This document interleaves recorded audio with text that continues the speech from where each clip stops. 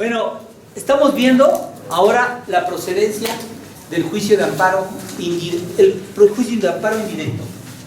Procedencia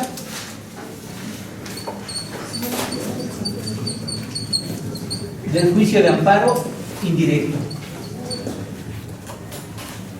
El día de ayer comentábamos que en el artículo 61, última fracción, decía claramente que el juicio era improcedente con las demás, dice así, con los demás casos en que la improcedencia resulte de alguna disposición de los Estados Unidos mexicanos, de la Constitución de los Estados Unidos mexicanos o de esta ley.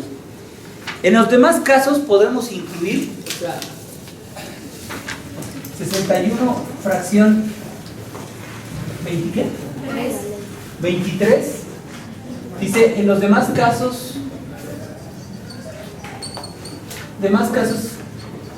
que se deriven de esta ley y de la Constitución, ¿no? Y entonces estábamos explicando el día de ayer que en los demás casos podríamos incluir en sentido negativo todos aquellos casos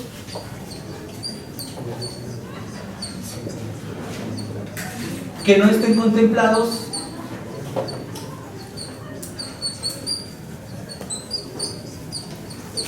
en los artículos 107 y 170 de la ley de amparo. ¿Por qué? Porque el artículo 107 dice en qué casos procede el juicio de amparo indirecto y el artículo 170 dice en qué casos procede el juicio de amparo directo. ¿De acuerdo? Entonces, por eso esta disposición de alguna manera nos remite al artículo 107 que prevé los casos de procedencia del juicio de amparo indirecto. ¿De acuerdo? El día de ayer, al momento de estar analizando el artículo 107 de la ley de amparo y ver los casos en los que procedía el amparo indirecto, me puse a pensar cómo podría explicarles a ustedes esta procedencia. Y entonces pensé que pudiéramos formular una galaxia, ¿no? Como una galaxia de procedencia del juicio de amparo.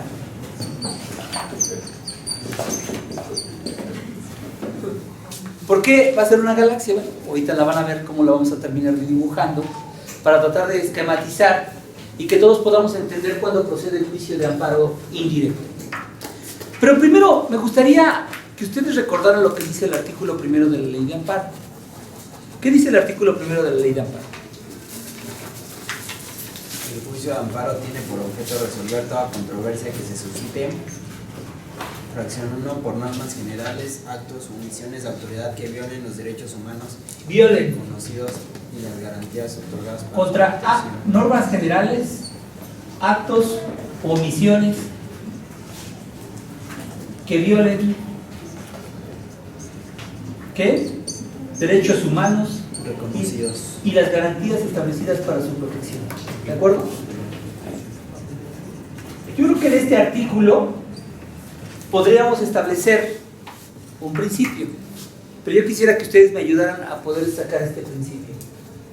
Primera pregunta: ¿todos los actos de autoridad violan garantías individuales o derechos humanos? No. Segunda pregunta: ¿todos los actos de autoridad podrían ser reclamables en el juicio de amparo, aun cuando no violen derechos humanos y garantías individuales? Sí. ¿Sí? ¿Seguros? No, depende. A ver, ¿sí o no? Depende. A ver, ¿de qué depende? Es que como decía, como una vez preguntó, ¿no?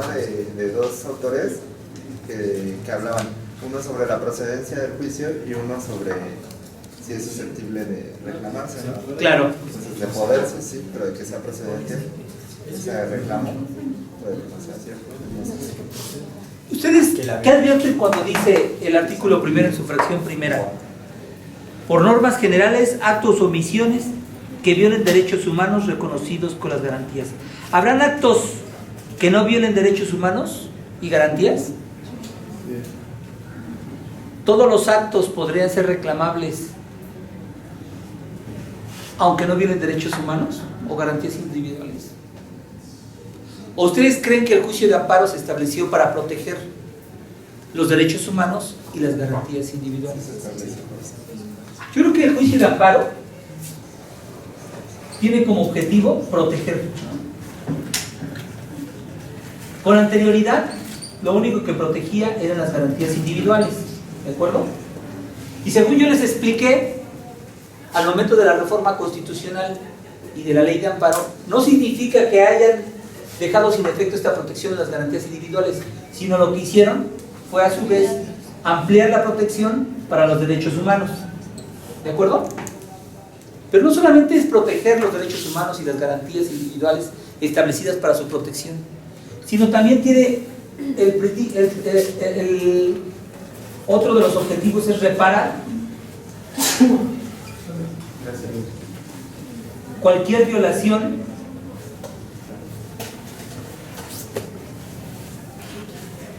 a los derechos humanos y a las garantías individuales. Déjeme decirle que el juicio de amparo es precisamente el medio idóneo, no solo para proteger los derechos humanos, sino para reparar cualquier violación de los derechos humanos, cualquiera. De tal manera que esa reparación debe provocar que el quejoso sea restituido en el pleno goce de su derecho humano o de su garantía individual violada, ¿de acuerdo?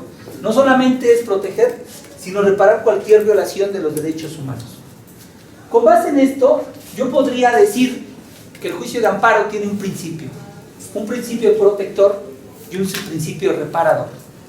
¿Qué va a proteger? Derechos humanos y garantías individuales. Y con base en esta visión, podemos interpretar ya el artículo 107 de la ley de amparo. Y comenzamos. Habíamos dicho que el juicio de amparo procede contra normas generales. Ya dijimos cuáles son las diferentes clasificaciones de las normas generales. Y aquí requiere esta impugnación que la sola vigencia causa un perjuicio al quejoso. ¿Cuáles son de las normas que vimos la sola vigencia le causa un perjuicio al quejoso? Las autoaplicativas. Entonces son normas autoaplicativas. O bien que dijimos que era individualización incondicional o individualización incondicional. ¿De acuerdo? Cualquier norma general que por su sola vigencia cause un perjuicio al quejoso es reclamable en amparo indirecto. ¿De acuerdo? Y esto solamente tiene que ser una norma autoaplicativa. Si ustedes advierten el artículo 107 al momento de hacer toda la enunciación de los que podrían caber como normas generales, comienza diciendo que los tratados internacionales, pero pone una excepción. ¿Cuál es la excepción? Tratados internacionales. Aquellos que reconozcan los derechos humanos. Que no procede contra aquellos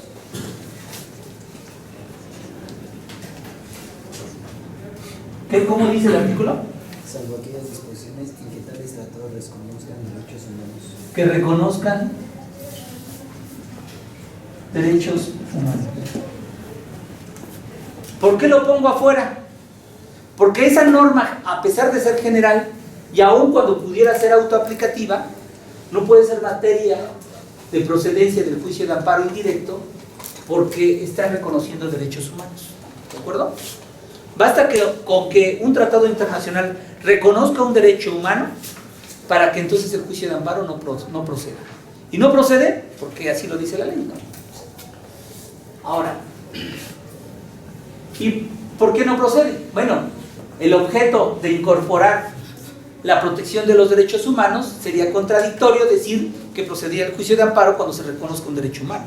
¿Me explico? Ahora, la segunda fracción Esta es la fracción primera del artículo 107.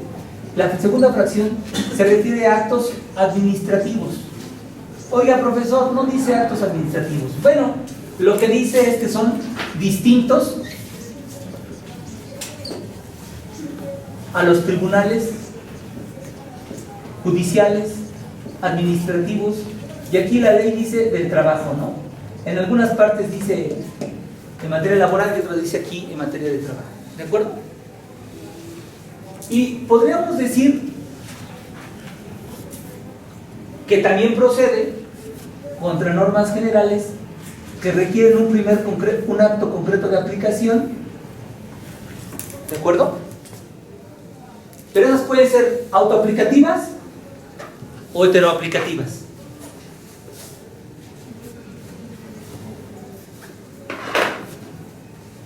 ¿Cuál puede ser? Puede ser ambas. De las dos, exactamente. Puede ser auto o heteroaplicativas. ¿De acuerdo? ¿Por qué no lo pongo acá? Bueno, porque estamos hablando de la fracción primera. Y aquí también sería de la fracción primera. ¿Estamos de acuerdo? Pero se trata de normas autoaplicativas o heteroaplicativas que requieren un primer acto concreto de aplicación. ¿En qué? En estos actos administrativos. ¿De acuerdo? Podemos decir que estos actos administrativos son como actos aislados. Y ponemos el ejemplo de una visita domiciliaria o de una clausura. No se requiere un juicio previo o un procedimiento previo para ejercitar este tipo de actos y con respecto de los cuales procede el juicio de amparo. ¿De acuerdo? Y estoy incluyendo que en un acto administrativo aislado pueda aplicarse una norma general respecto de la cual se puede impugnar esa norma general, pero no con motivo de su vigencia de aplicación, sino con motivo de su primer acto concreto de aplicación. ¿De acuerdo? Esto ya lo vimos la vez pasada, ¿no? La clase de ayer. Luego estaría la fracción tercera. ¿Cómo dice la fracción tercera? Léelo. Contratos, omisiones o resoluciones provenientes de un procedimiento administrativo. Actos, omisiones o resoluciones. ¿Qué más dice? Que provengan de un procedimiento administrativo seguido en forma de juicio.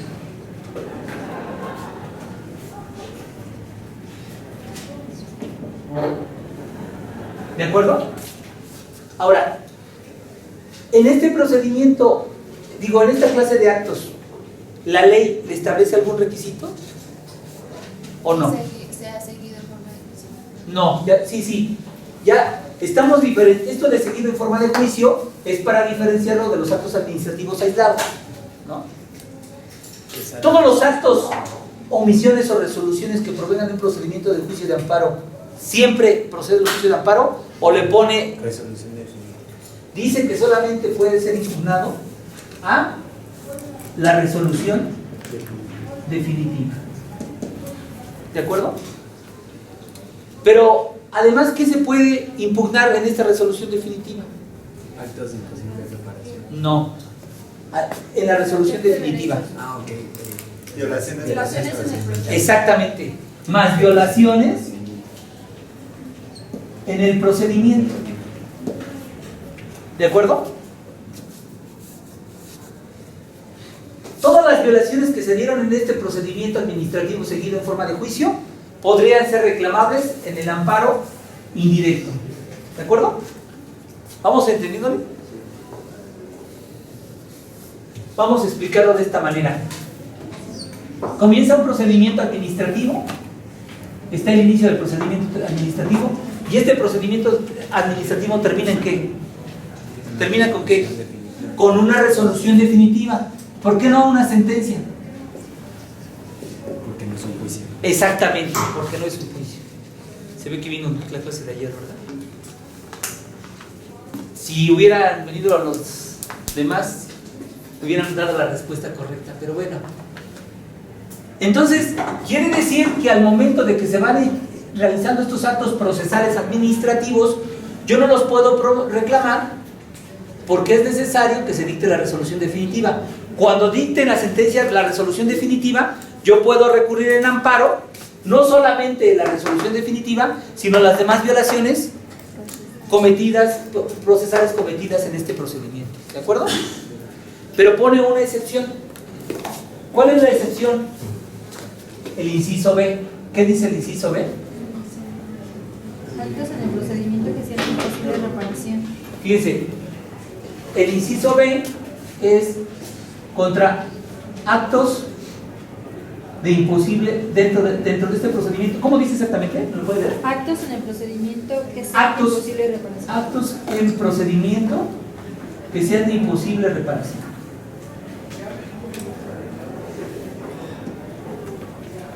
Actos en el procedimiento.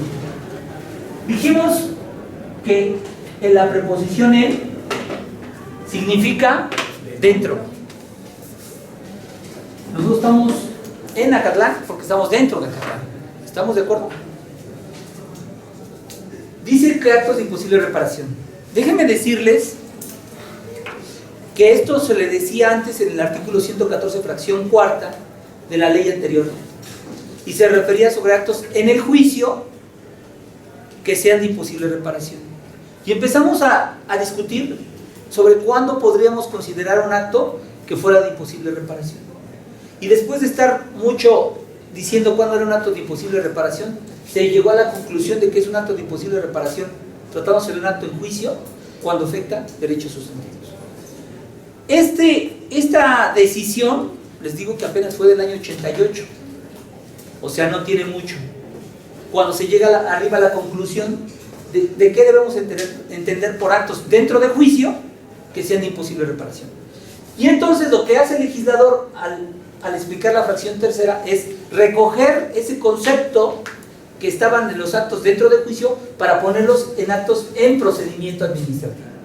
Y entonces en la misma fracción nos dice que son actos de imposible reparación cuando afecten derechos sustantivos. Entonces tenemos que, imagínense ustedes que este acto procesal, además de afectar un derecho procesal, también afecta este acto procesal a un derecho sustantivo. Este derecho sustantivo, esta afectación al derecho sustantivo, no tiene que esperarse hasta que se dicte la resolución definitiva. ¿Por qué? Porque la fracción B dice que también procede contra actos dentro de un procedimiento administrativo que afecten derechos sustantivos. ¿De acuerdo? Los demás derechos adjetivos violados, ¿cuándo se podrán reclamar? Hasta que se dicte la resolución definitiva, y ahí se pueden reclamar todos los demás actos procesales que afectaron derechos procesales adjetivos, pero que no afectaron un derecho sustantivo. ¿Entienden la diferencia? Claramente, sin ningún tipo de problema. Y entonces, la pregunta es, ¿también cabrán normas generales que pudieran violar derechos humanos o garantías dictadas en el procedimiento administrativo seguido en forma de juicio? ¿Sí o no? Claro. Entonces, tenemos que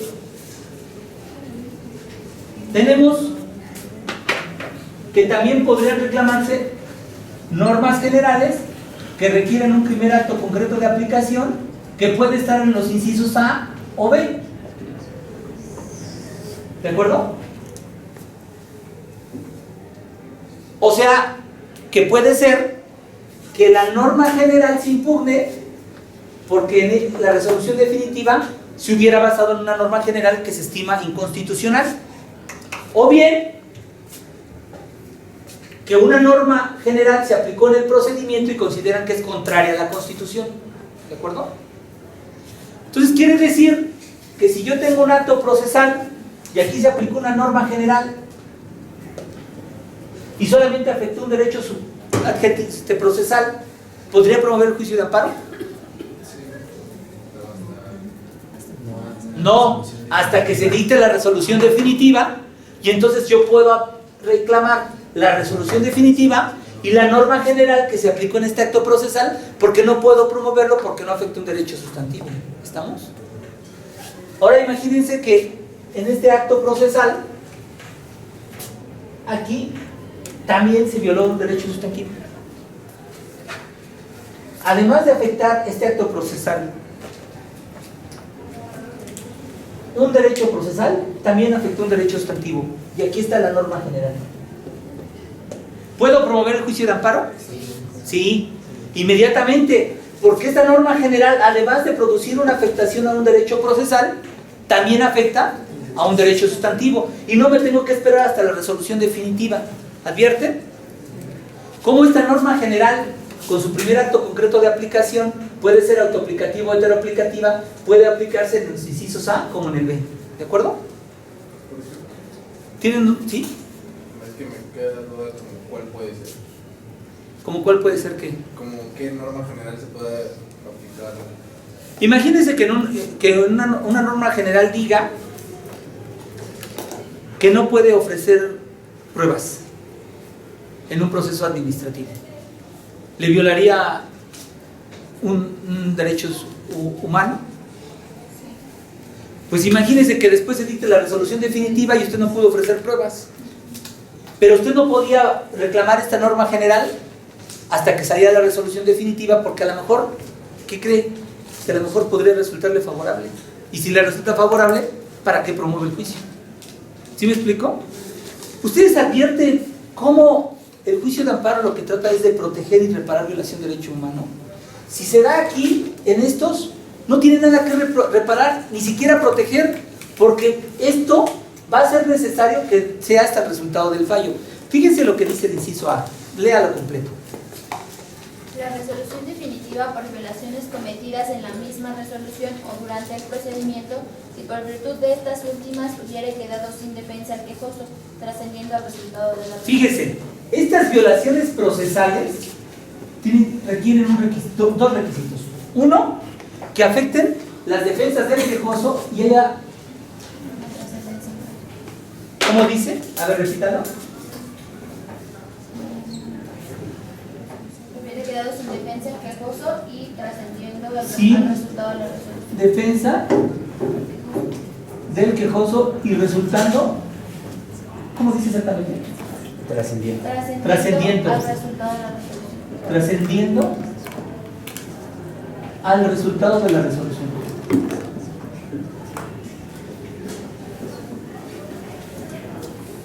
¿Sí me explico?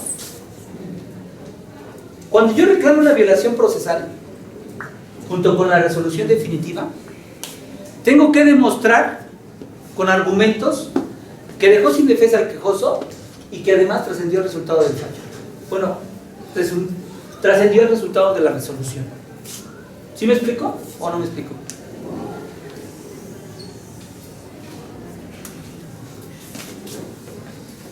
¿Sí? ¿Van entendiendo esto? En el ejemplo que yo le puse, supongamos que la ley, lo estoy diciendo grotescamente porque no tengo ahorita un ejemplo administrativo, le podría decir civil, pero eso lo vamos a ver ahorita. De repente le diga, ¿sabes que no puedes ofrecer pruebas? Oye, ¿cómo no puedo ofrecer pruebas? No, pues no puedes ofrecer pruebas porque la ley dice que no puedes ofrecer pruebas. Esa ley, cuando dictan una sentencia en su contra, ¿dejó sin defensa al quejoso? Sí. Claro. ¿Trascendió el resultado del fallo? Claro, porque usted no demostró lo contrario. ¿Me explicó? Estoy poniendo un ejemplo burdo para que pueda entenderse este asunto. ¿De acuerdo? Entonces, se requiere, además, que esta violación procesal deje sin defensa al quejoso y trascienda el resultado de la resolución. ¿De acuerdo? Entonces creo que hasta ahí no hay ningún problema. Y luego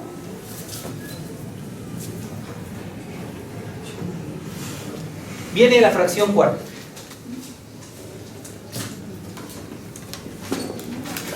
Y entonces aquí tendremos que hacer una especie de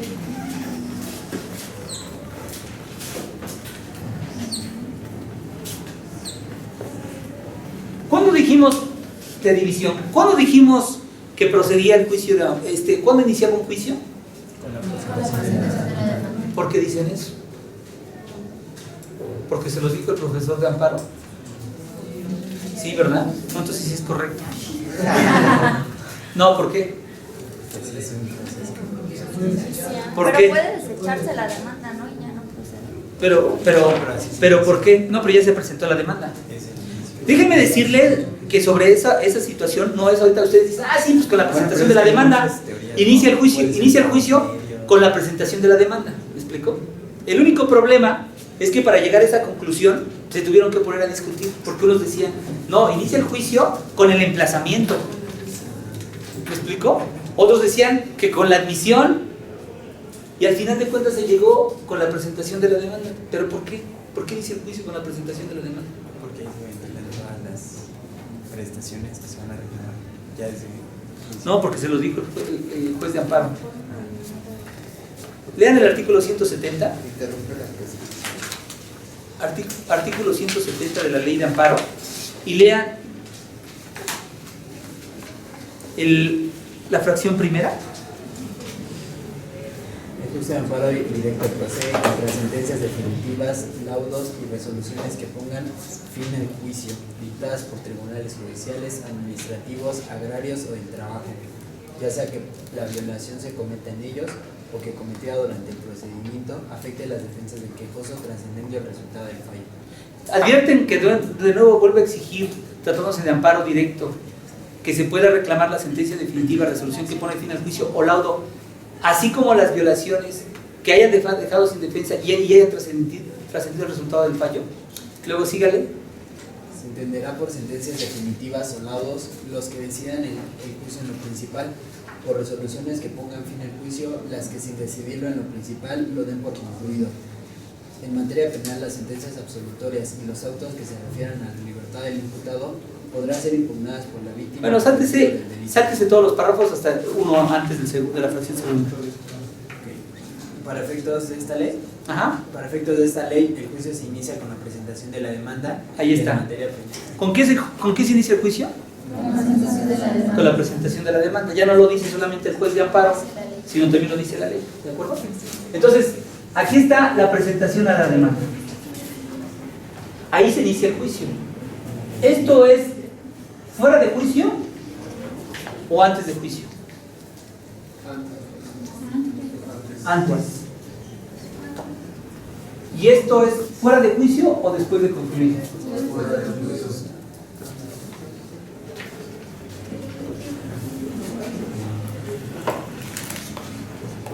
La pregunta es, entonces, ¿antes no es fuera? ¿Eso no es fuera? Si el juicio inicia con la presentación de la demanda y termina con la sentencia definitiva o resolución que pone fin al juicio o con el laudo, hasta ahí concluye, tanto lo que está antes como lo que está después serían actos que fuera de juicio. Sin embargo, por eso les decía ayer que la técnica legislativa fue equivocada, porque no debieron haber dicho fuera de juicio, porque los dos son fuera de juicio. Pero dice el artículo 107, fracción cuarta, procede el juicio de amparo, ¿cómo dice?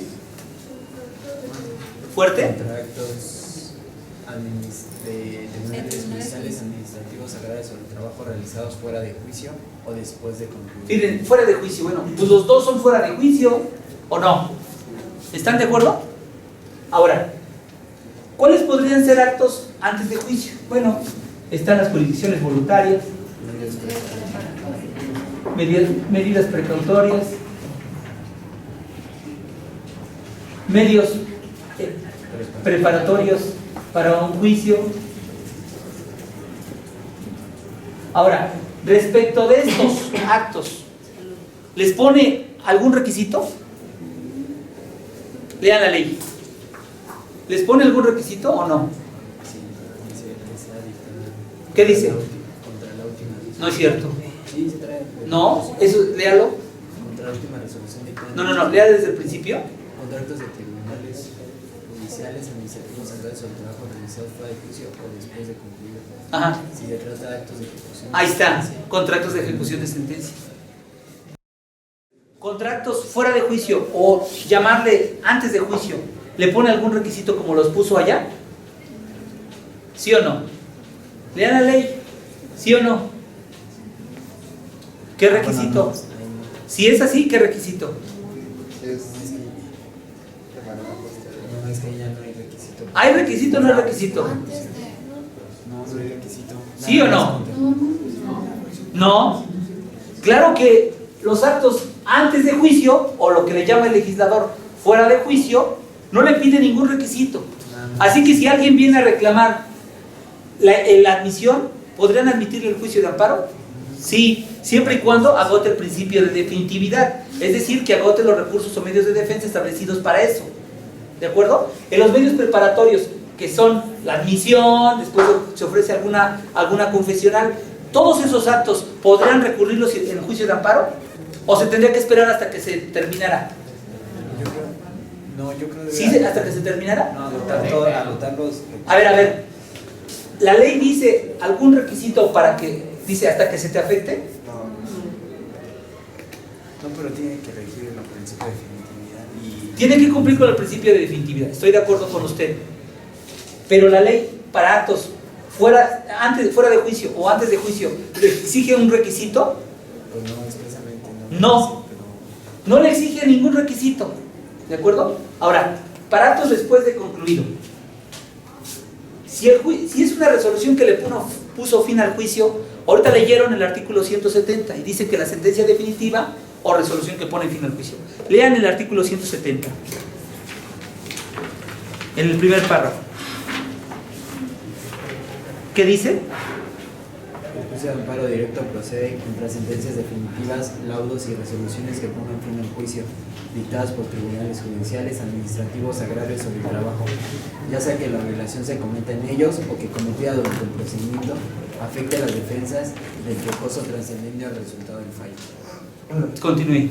Se entenderá por sentencias definitivas o laudos los que decidan el juicio en lo principal, por resoluciones que pongan fin al juicio, las que sin decidirlo en lo principal lo den por concluido. Fíjense,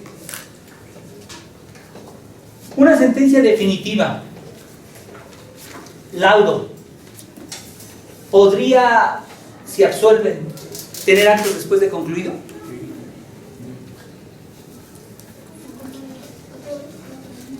O sea, les hago de otra forma diferente.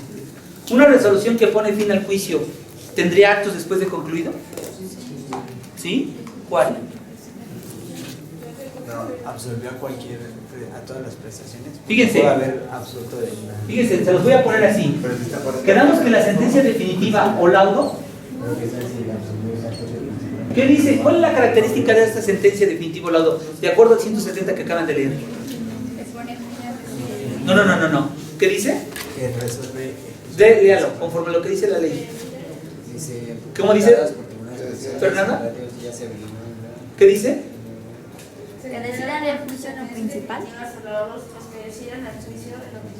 Sí, que decidan el juicio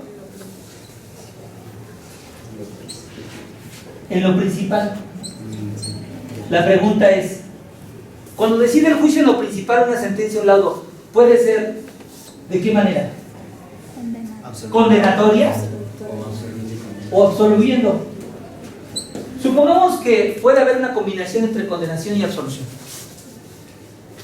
Cuando hay absolución, ¿hay actos después de concluido? No. ¿Por qué? Pues porque ya decidió la acción. Ya decidió el juicio en lo principal y dijo que lo correcto es absolver. Luego entonces se acaba el juicio. ¿Estamos? Cuando hay una condena es cuando hay actos después de concluido. ¿Estamos o no estamos? Ahora, una resolución que pone fin al juicio ¿puede tener actos después de concluido? ¿Por qué? ¿Sí? ¿Por qué? Pues porque pueden agotar. No, ya es lo definitivo. Ya se está promoviendo el juicio de amparo. Ya. No, pues ya lo dio. ¿Por qué? Porque sin decidirlo en lo principal, lo dio por concluido. Luego entonces es como una sentencia. Absolutamente. Claro. ¿Entienden o no entienden? ¿No entienden? Bueno, se los voy a explicar de otra manera. El juicio concluye por una sentencia definitiva o laudo o resolución que pone fin al juicio. Cuando se dicta una sentencia definitiva o laudo, lo que en realidad hizo el tribunal es decidir el juicio en lo principal, y pudo haber condena o pudo haber absolución. Cuando hay absolución no hay nada que ejecutar porque ya decidió absolver al demandado. Supongamos que absolvió al demandado y le puso una condena al actor en costas, ¿habría actos después de concluido? Sí. ¿Por qué? Porque hay una condena. Pero si es una absolución total y no hay un punto resolutivo que ordene una condena, entonces ahí no hay actos después de concluido. Existen actos después de concluido cuando hay una condena en la sentencia o laudo que le pone fin al juicio. La otra forma de poner fin al juicio es una resolución que pone fin al juicio, que dice que sin decidir el fondo, o sea, no dijo si hay una absolución o una condena, lo dio por concluido, ¿de acuerdo? Entonces, si no revisó el fondo, nunca va a haber una condena, ¿de acuerdo? A menos que dijera, se caduca el expediente, pero se le pone costas al otro. ¿Qué es lo que está haciendo? Además de que está dando por concluido el juicio, le está poniendo una condena. Y entonces sí va a haber un acto después de concluido. Luego entonces, todas las sentencias definitivas o resoluciones que pongan fin al juicio o laudos que impongan una condena, van a haber actos después de concluido. ¿Están de acuerdo? Sí. ¿Ya sí les quedó claro o no? ¿Sí? Ahora la pregunta es, ¿qué requisitos le pone la ley para estos actos después de concluido? Léanlo. ¿Qué dice? Pues que cuando hay una ejecución, solo podrá promoverse el juicio de amparo contra la última resolución que se dicte Claro. en ese proceso de Claro, ejecución. exactamente. Si son actos después de concluido, sí le pone requisitos. ¿Y qué requisitos le pone? Pues el requisito es que dice, si hay actos de ejecución, ¿cuándo hay actos de ejecución? Cuando hay una condena. ¿De acuerdo?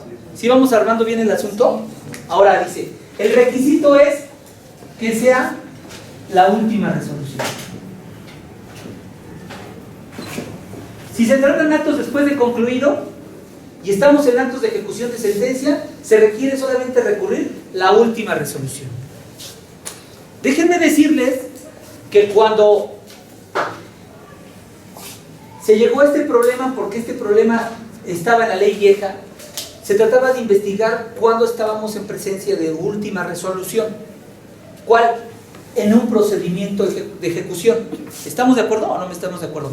Déjenme decirle que es diferente la última resolución a la resolución definitiva de este acto.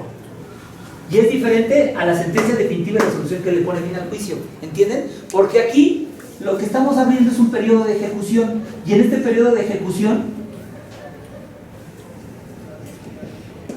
hay una última resolución. ¿Cuál? De una condena específica. ¿Sí vamos entendiendo o no vamos entendiendo? ¿Sí le van entendiendo? Porque los veo con cara de Juárez, ¿no? Va de nuez. Digo, va de nuevo.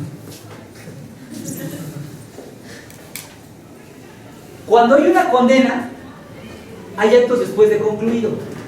Pero no todos los actos pueden promoverse el juicio de amparo indirecto, sino tiene como requisito que sea la última resolución.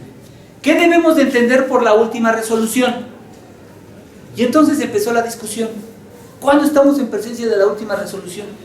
Y la Suprema Corte de Justicia llegó a una conclusión y dijo, última resolución es aquella, ahí está definida en el artículo, léala por favor, en el artículo 107, en la fracción cuarta. Tratándose de... resolución dictada en el Fuerte, por favor. Entendida como aquella que aprueba o reconoce el cumplimiento total de lo sentenciado o declara la imposibilidad material o jurídica para darle cumplimiento, o las que ordenan el archivo definitivo del expediente, pudiendo reclamarse en la misma demanda las violaciones cometidas durante ese procedimiento que hubieran dejado sin defensa al quejoso y concluyendo el resultado de la resolución. A esa conclusión llegó la Suprema Corte de Justicia de la Nación, que la última resolución dice aquí que es aquella que aprueba o reconoce, aprueba o reconoce el cumplimiento, ¿qué? Total del sentenciado. Cumplimiento total de lo sentenciado, ¿no? ¿Cuál es el otro supuesto? O declara la imposibilidad material o jurídica para darle cumplimiento.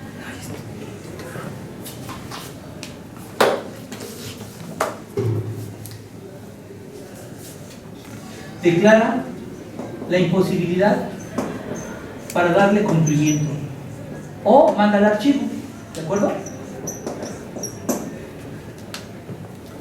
Fíjense qué es lo que dijo la Suprema Corte. Vamos a entender por última resolución la que aprueba o reconoce el cumplimiento total de la sentencia. Imagínense que en un juicio, la presentación de la demanda y la sentencia definitiva. Y ya promoviendo el amparo directo, le negaron el amparo.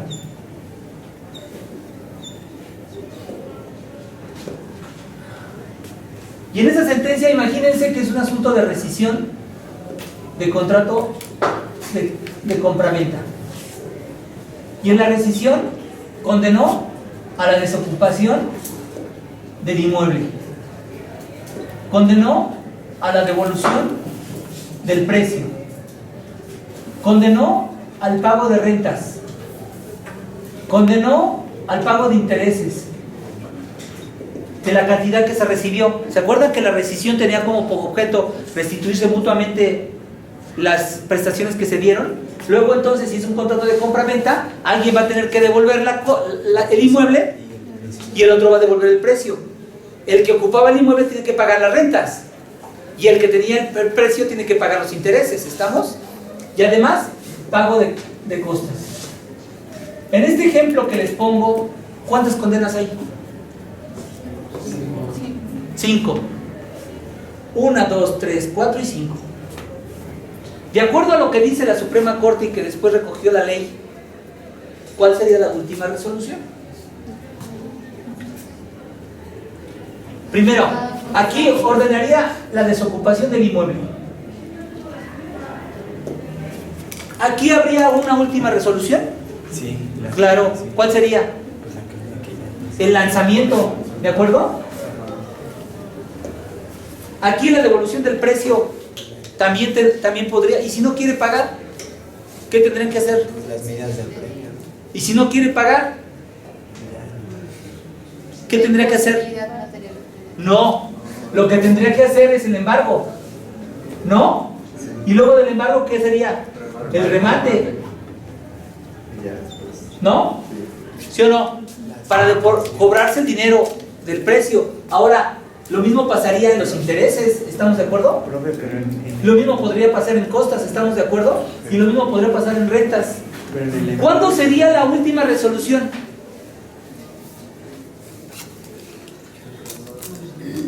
De acuerdo a lo que dice la ley. ¿Con el lanzamiento? ¿O hasta el remate de esto? ¿O el remate de esto? ¿O el remate de esto? ¿O el remate de esto? Lo que pasa es que dice que en el procedimiento respectivo, ¿no? ¿Qué? En el procedimiento Sí, porque respectivo. cada uno va a ser un incidente, ¿no? Exacto. Entonces, ¿en qué decir? Exacto. La ley dice que la última resolución en el procedimiento respectivo. Aquí se abre un procedimiento. ¿Estamos? Sí. Aquí se abre otro. Sí. Aquí se abre otro. Aquí se abre otro. Y aquí se abre otro. ¿Estamos? Son 5 procedimientos respectivos donde vamos a tener la última resolución. Entonces es correcta la determinación de la Suprema Corte y es correcta lo que dice la ley, que sería la totalidad. ¿Sí? Porque Pues porque ya está ligado.